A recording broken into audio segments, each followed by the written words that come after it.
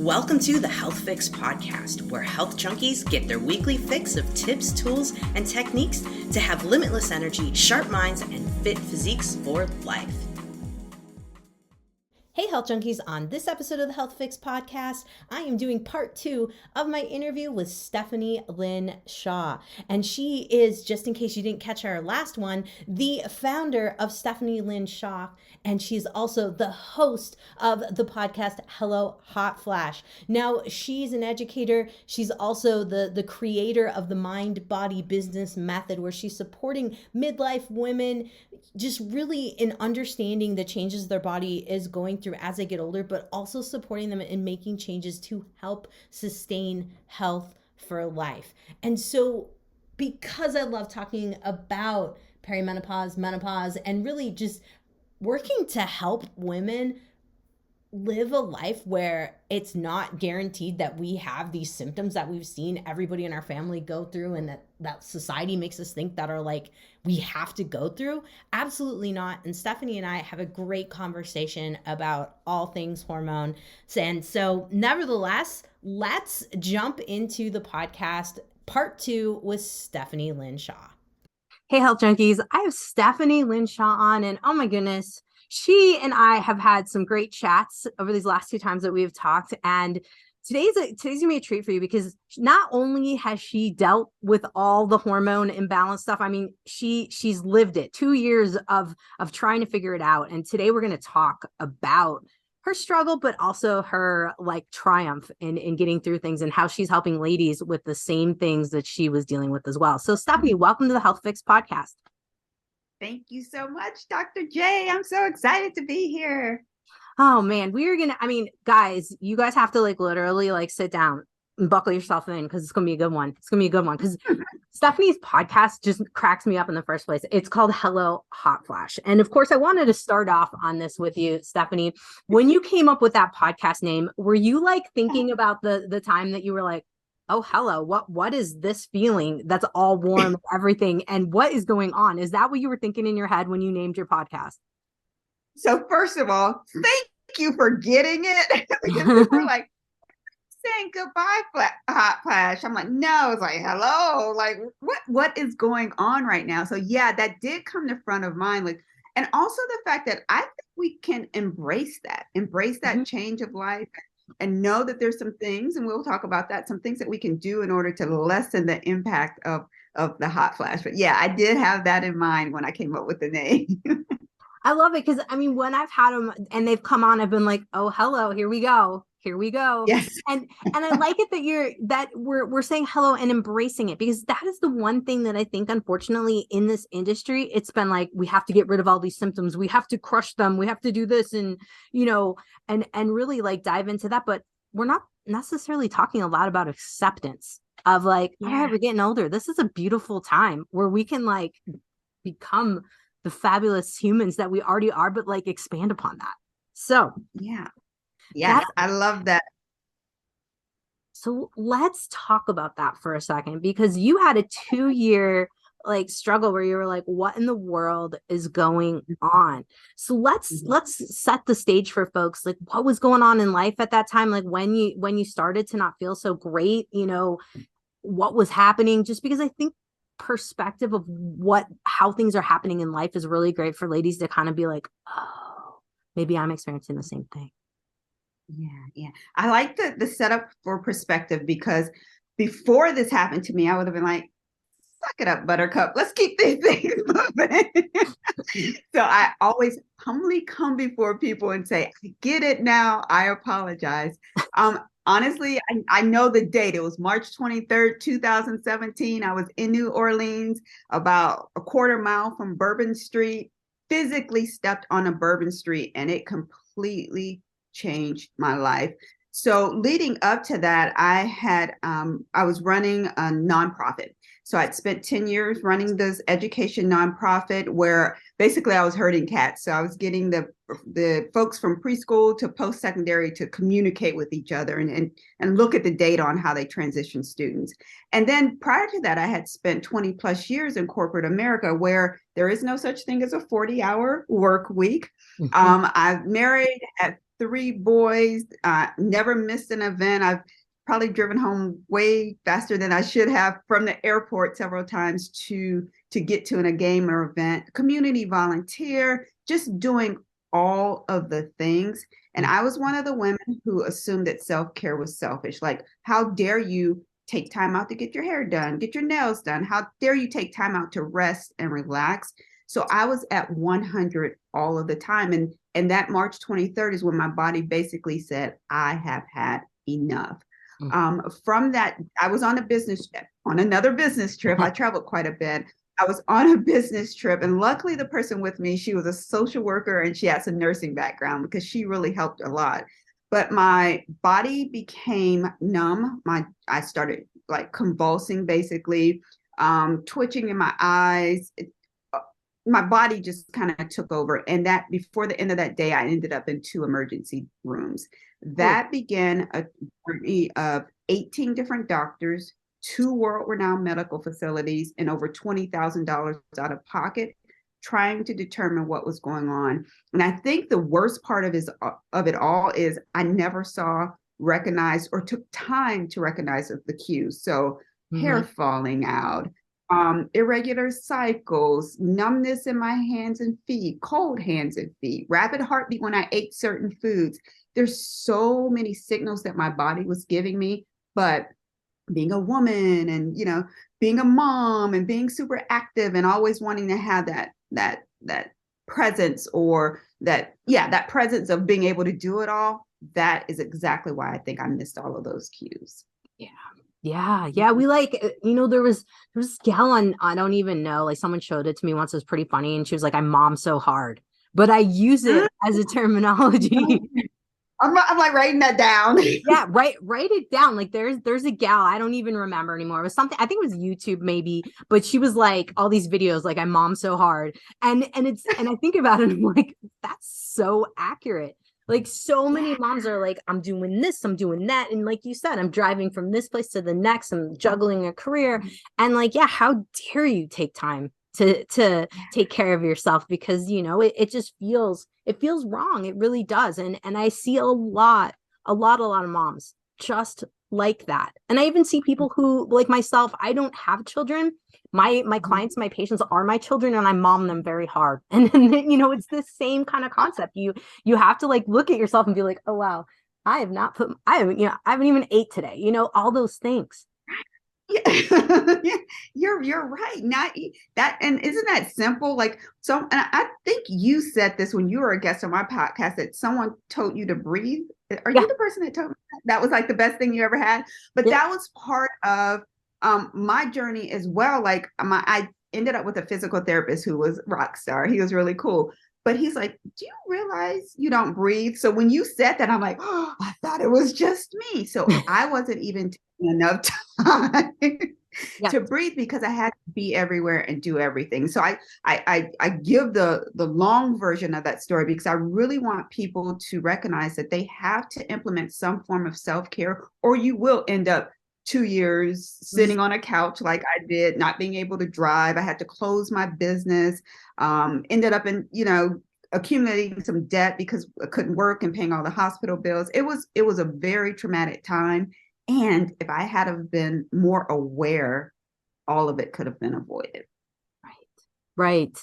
And I mean, obviously we can't go back in time, and moving forward is what it is. And I think a lot of women are in that state where they are pushing off those symptoms. And I want it to be this podcast to be a little bit of a wake up call if anyone's kind of seeing little things building up, but not quite, hasn't stopped them in their tracks, like a Bourbon Street situation like you. Or I have some people, and I bet you see some of your coaching folks at the same, where they'll have like a little numbness, tingling kind of thing go on, where it's a little bit weird and like a blip, and then they just keep going. Did you have anything along the way where there was a blip, or that, do you hear that from your clients a lot, where there's like this little thing that happens, but they're like, it's nothing? Yes, I hear that all the time. And yes, I had more than enough signals. I remember one day I walked up a flight of stairs and it took 45 minutes for me to recovery. I'm thin framed. I eat fairly well. I just got up top of the stairs and I'm like, I could physically, it felt like I could physically feel my heart coming out of my chest. But it was all my diet. It was all me not taking care of myself. That I needed no medicine. I didn't take any drugs or anything. My recovery was all self-care based. I was not taking care of myself. And that's why I was seeing that. But yeah, I see clients the same thing. Oh, my hands are cold all the time, or my feet are cold. I'm not sure what's going on. Or, oh, that is right. When I do eat certain food, my heart beats fast, but it goes away. Well, yeah, because you're not eating that food right now, but it comes back and you're ignoring it. So I want women, men, everyone to be aware of what is going on. And when you over and over keep seeing those little things, start to journal them, start to write them down, and then it helps build that story. Note, when you felt it, what did you just do? What were you eating? How are you moving? What were the stressors perhaps that day? And that'll help you build your story and help you when you recover, because you will and can recover. That's, I mean, obviously the most important thing. We want folks to know that like none of this is,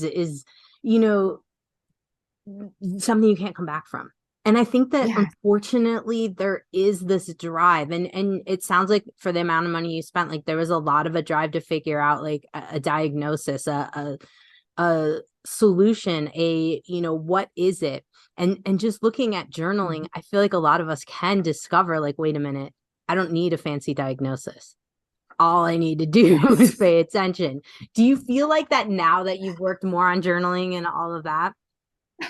Oh, heavens, yes. I'm like, oh my gosh, I had a good friend who for years and years, like, write it down, write it down. I'm like, oh, whatever. And then I'm like, oh my gosh, why didn't I write it down? Because again, there were cues and clues, and there was so much along the way that I could have learned. And you're right, I did the investigating because I think you should. So I didn't know if it was because I was tested for like lupus and Addison's disease. I didn't know if I had cancer. I didn't know if I had heart disease. So I went to cardiologists, well, I never went to an oncologist. I was referred to one. My primary care physician, but because the symptoms were different every single day, like sometimes my back would hurt, sometimes it would be the rapid heartbeat, everyone kept pushing me to the next doctor. Now, I respect the fact that they were trying to help, but no one asked about nutrition. No one asked me, like, what are you eating? No one's, they were like, are you having a hard time at home? And of course I said, no. And they would say, okay. Like there was no digging or prying that like you get when you go to a naturopathic doctor. There was no getting to that root cause of what was going on in my body. And journaling helped me help them figure out what I needed to do. Yes. Oh, I was hoping you were going to connect that for us. Awesome. Yes. Yeah, because I think that's, and that's what I tell my patients and clients all the time is like, the more data you have for me, the better I can put stuff, together. And in fact, like I just called myself out on a patient I've been seeing for over 10 years. She just told me last week she had an addiction to perfumes and she has autoimmune conditions, like skin autoimmune stuff. And I did not connect it because she never came into my office when I saw her physically. Right. Like having a perfume smell. And she's like, oh, well, because your office said no perfumes. And here I am, I'm like, unless you're addicted, you're going to have to change the stuff. Unless you can't stop, I need to know. And so I was like, oh my gosh, how, of course I missed this 10 years, right? So it is those little things. It is looking at the basics. And in fact, the longer I've been in the game, the more I don't even care about like higher level stuff. I'm like, tell me what you eat. Do you poop every day? It's that kind of stuff, right? Because that's the real thing. Like, I'm happy you said the poop thing. Because, like every day you should be looking in your stool to see what it looks like. Go online, Google the Bristol stool test, see if it looks right, and then it can tell you how to adjust or balance what you're eating. So yeah, people don't. I'll say people don't think of that, but I didn't think of that until I was thrown into that situation. So absolutely. I mean, there's no judgment whatsoever here. I mean, it's like we don't think about it because we're not talking about it in kindergarten. We're not talking about it. We're not learning that kind of stuff at all. And even like you're lucky if your health class in, middle school or high school even gives you that information. All I can remember is how not to get pregnant. So I know, right? kind of figured that one out. Thanks. Yes, that's the only thing we were taught. But now Oh, we know better, so we have to do better. So like these are my grandson is I always figure out a way to ease him into the conversation, but he'll be 2 real soon. But I mean, we're already the things that he eats, we're already checking for these. So I know better, so I'm trying to do better, so he'll know better. And that's exactly what can happen when folks are listening to this podcast. Once you start to know better, then you just, you can own it and start to do better. So no shame in the game if you didn't do these things before. absolutely. Absolutely. So I have a question because of course I was scoping out all of your stuff online and I found that you have a program and I like the name of it, the Mind Body Business Method, because it's like, all right, the business, we got to get, that worked in there. And I would love for you to kind of explain, is it a lot of what you're talking about right now, teaching people to be more aware, working on that? But, give us a little scoop as to what some folks might find in that mind body business method. Yeah, so I say taking care of your mind and body so you can take care of your business. And your business could be anything. It could be you traditional business or your business of taking care of your home and your kids and so forth. So what I've immediately found is, okay, what I'm doing isn't working because people are coming wanting to lose weight. Mm. But they don't have all of the mindset tools. They don't know how to set up a goal. They don't understand why they're eating the way they're doing. They don't understand why they can't carve out the time to meal prep or do whatever. So mindset is one of the first things that we work on. Like, why are you here? What do you really want to accomplish? How can I help you get there? And let's also talk about some of the barriers for you moving forward. So we work on that. And then with the body, we break it down into 3 different additional categories. Hormones. So what's going on with your hormones? How can we make changes or, related to your eating or exercise? Inflammation. Is there inflammation in the body? Acute inflammation we love. We don't want any chronic inflammation in the body. And more, even without a diagnosis, most of the time someone can tell you if they have that type of chronic inflammation. So maybe the conversation becomes, okay, let's, have a meatless Monday or try to figure out how we're making some adjustments with the things that we eat, maybe pulling out some of the meat and the dairy. And then we talk about metabolism, because I found you even mentioned forgetting to eat during the day. Like we jack up our metabolism, and I'm just as guilty as the next person, like by not eating. So we'll think, oh, I'm not hungry. Well, you're not hungry because you're not eating. And so it's like this vicious kind of cycle. And what I found when we work on hormones, inflammation, and metabolism, that's when women start to lose weight, they gain more confidence, they have more energy, they learn what the stressors are, because like me, I didn't think I was stressed out. Do you know what I mean? That's just Right. what you do. What did you say? I was momming so hard. Yeah. You were caught up in it. I mean, you were in the game and you were going for it. Yes. So looking at those 3 things, I found the clients who actually work on the metabolism part, it feels like all of the other things sort of flow and come in line and start to work out for them. And that's when those are my clients that see the biggest wins, I will say, because they get that part right. And of course, gut health is just in and of itself part of what naturally happens when you work on that other one. So, Absolutely. yeah. Absolutely. Yes. I mean, you have all the components. Now, folks might be thinking like, oh my gosh, that sounds really complex. I don't know if I have the time for this. What do you tell folks when someone's like, okay, I really just want the weight loss, and Yeah. and we all know that there's no magic, but you know what? We all still have in the back of their mind, but what if there is? Yes. Maybe Stephanie got it just in the back of the mind. Eat right and exercise. No. That's Oh, the magic. The magic. I know. So I personally don't prescribe to any type of keto, paleo, or anything like that. I also don't think that there's magic involved, but I do think that you can start to, again, working on the mindset part, you can start to build a rhythm and understand why once you understand why you need to do this, why this is so important for you, why it's not really about the weight, while it's about your health and how you're going to show up for your family and for your kids, for your job and so forth. When you can kind of figure that part out, the other part of it becomes a lot easier. And then there's tools that I provide. So I'm a meal prepping queen. Like Sunday, I have all my chickpeas freshly made in a frozen jar and my soups and everything for this week. So part of it is beyond talking about the mindset and telling you what you need to do. I actually provide them with strategies. So you can cook on Sunday and Wednesday and not worry about the rest of the week. So you can avoid the drive-throughs and so forth. So you can, I always pack food when I travel. It just becomes part of a habit. You can also have a conversation with the people who are cooking your food at the restaurant. Like my kids are like, someone spits in your food every time you go out there. Because I say no oil, less or no salt, salad dressing on the side. There's just small tips and tools that I also give my clients so it doesn't feel so overwhelming. And also, it's not like day one, I tell you all of this. We walk through a process over the time that we're together.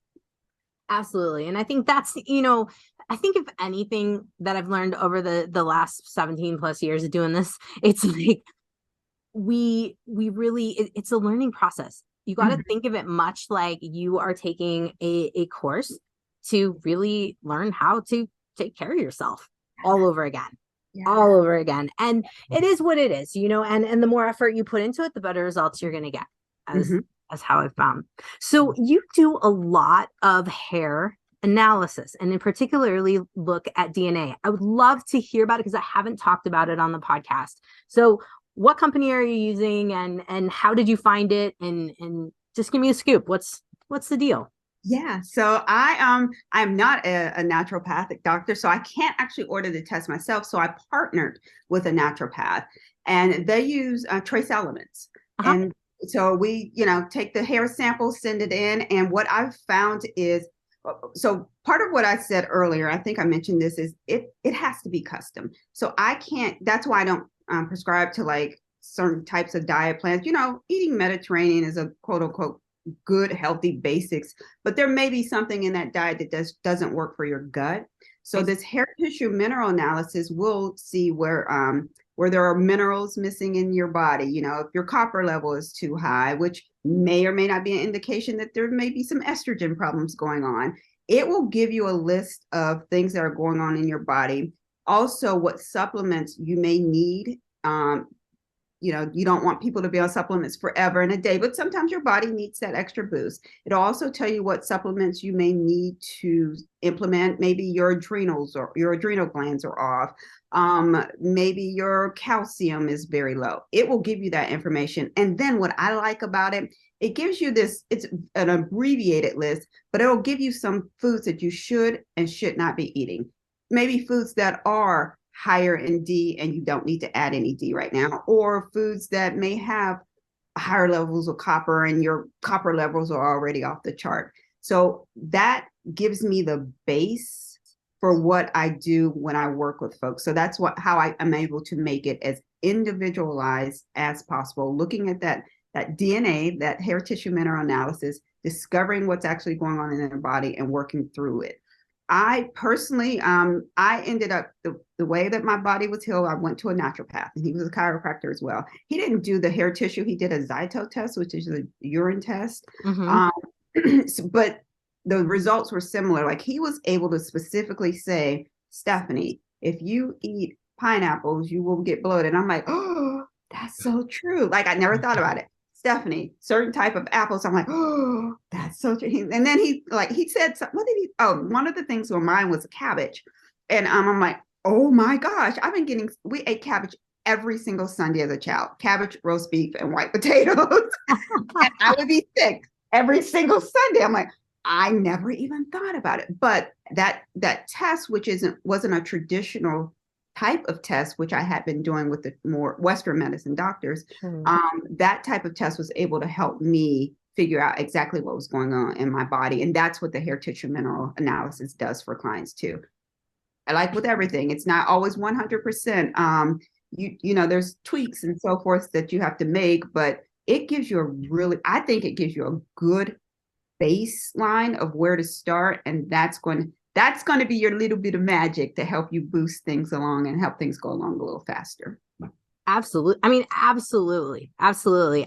I'm all about, obviously for us, if we customize everything, every little aspect of our programs will go nuts. But if we customize the exact, what food, what, different interventions that an individual can be making based off of the overall broad, things to work on, I think it's genius. I think it's genius. And it's very similar to how I like to work with folks too. It just helps, you had even said peel back the layers. And I think that's just what customized, and targeted medicine of the future is going to be, and what it should be, really.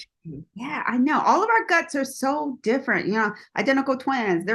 Everyone's gut is different. And so if someone's not offering you something that's for you, as much customization as possible, it may or may not work. So you want to get with someone who is going to work with you and try to work specifically for your body and your body's needs. Absolutely. Absolutely. Now, one of the things, yes, you're having the customization on one thing, but I want to talk about this for a second, because I want to go back to the momming thing.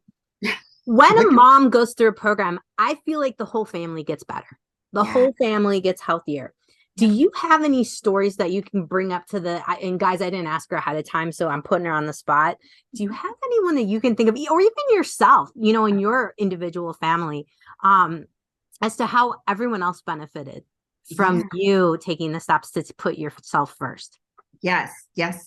Tons of stories. So, and again, what is the coolest part? It's generational at this point. Yes. Just like I mentioned my grandson before. So my oldest son and I did a Meatless Monday challenge. It was not for health reasons, and it was not for animal loving. It was because we're competitive. Nice. But it was almost 15 years ago, and he's never gone back. I went back that summer. I was like, I need some ribs. But the fall, right after that, I got so sick. I'm like, okay, I'm going to go back to not eating meat. Now I do implement salmon and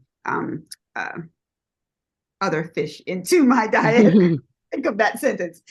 So by me doing that helped my son, who's now vegetarian, and that's how he's raising his son to be a vegetarian. So they're very, very aware of what he's eating. Like, you will know baby Reuben's protein intake in a day, and it's not hard anymore. It's just they know, okay, wait, he needs some chickpeas, or he needs, he hasn't had any potassium. Let's give him a banana. It becomes very automatic. So I can see where it works generationally. I also know that a lot of times it's harder, especially as the woman in the house, to get your spouse to change. So what I did when we went from red meat to turkey, because I still cook meat for my husband and my youngest son, what I did was I would do half red meat, half turkey, because they were like, oh, that's great. And then like a quarter red meat, 3/4 turkey. And then after a while, they didn't even know. Same thing with milk. Like, I just stopped buying, whole milk, 2%, 1% plant-based. Like, kind of, I did a step down with them.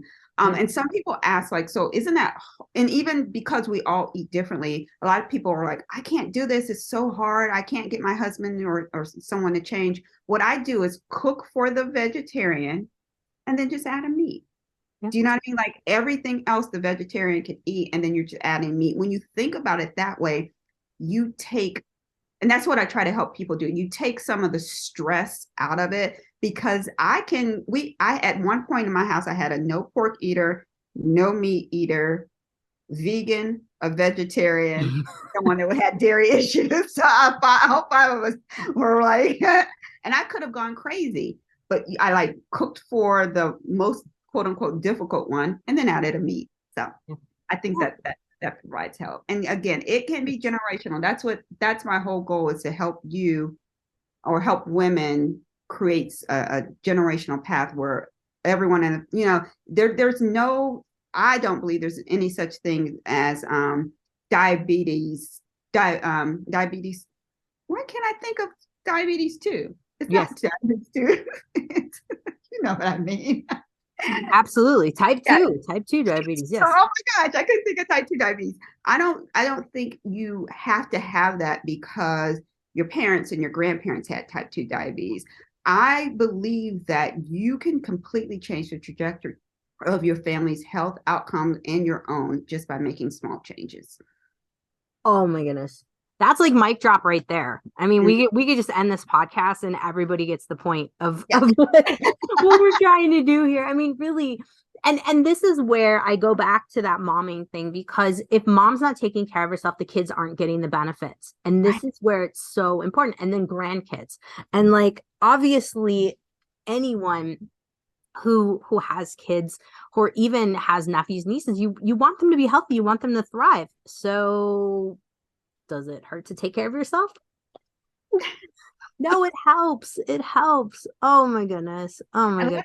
And if it takes that, if you feel like self-care is bad or you don't have the time for yourself, stop thinking that I'm changing the way I'm eating and what I'm doing for myself. Start thinking that way. Start thinking that I'm actually doing this for my family. I want to be able to run, jump, play with my grandkids and like my mom is on the floor. She's 82 years old on the floor with that little 2-year-old like crawling around. Like you want to build that because that's what you want to be. You don't want to be the grandma sitting in the chair with the oxygen, can barely, and there's nothing, I'm not saying that to make anyone feel bad at all. I'm just saying when you know that you can do better, then do better if you can. So yeah. Absolutely. Absolutely. I'm even kind of crazy enough to be like, all right, grandma in the chair with oxygen. What are we going to do to get you off the oxygen and get you out of the chair? Thank I you. mean, I will go into that too. Thank you. I was trying to be careful, but yes, I agree. You are being careful. I mean, my dad's going to be 87 this year, and he's pretty healthy and mobile these days. We had some ups and downs, but I will call him out if he's trying to pull some stuff. I'll be like, all right, then, let's do this. So no, I have hope. I'm one of those probably biggest optimist persons out there. I have hope that we could turn people around even in their 80s. I mean, we've researched that shows you can improve your heart into your, to the day you die. So why couldn't we try? I think that's so amazing. My stepdad has type 2 diabetes, and probably about 6 years ago when we were like really hitting the vegan vegetarian lifestyle hard, we got him for an entire summer to reduce his meat and cut out the dairy, change the way he ate. His doctors were like, and he's been a diabetic for, I don't know, since I was 4 or 5 years old, for almost 40 years. His doctor's like, what are you doing? Like, what is going on? They had to change all his medicines. They had to lower the dose. Now he doesn't still do it, unfortunately, and it breaks my heart so much. But after all those years, he was able to make that change when he actually focused on what he was doing and started doing what he needed to do. So you're right. It's not about age. Just do it. Just make up your mind, and I mean, obviously, Stephanie, we've talked about a whole bunch of different things, and I think folks get a great idea of your story, but also, I mean, I think it's beautiful that you've got even the grandson worked into this. Ruben, as you mentioned, love it. So let's tell folks how to find you. Let's really give folks all the details of how they can connect with you, but also you do have a free guide, 12 steps to better sleep. And I think that's sometimes we just need better sleep to be able to start, moving forward. So give us the scoop on all the things, Stephanie. Yes.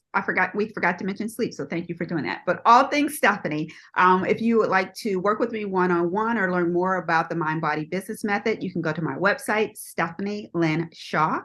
If you're interested in hearing the podcast where we talk to midlife women who are looking for evidence-based alternatives to Western medicine, you can go to Hello Hot Flash. And on Instagram, it's Hello Hot Flash Podcast.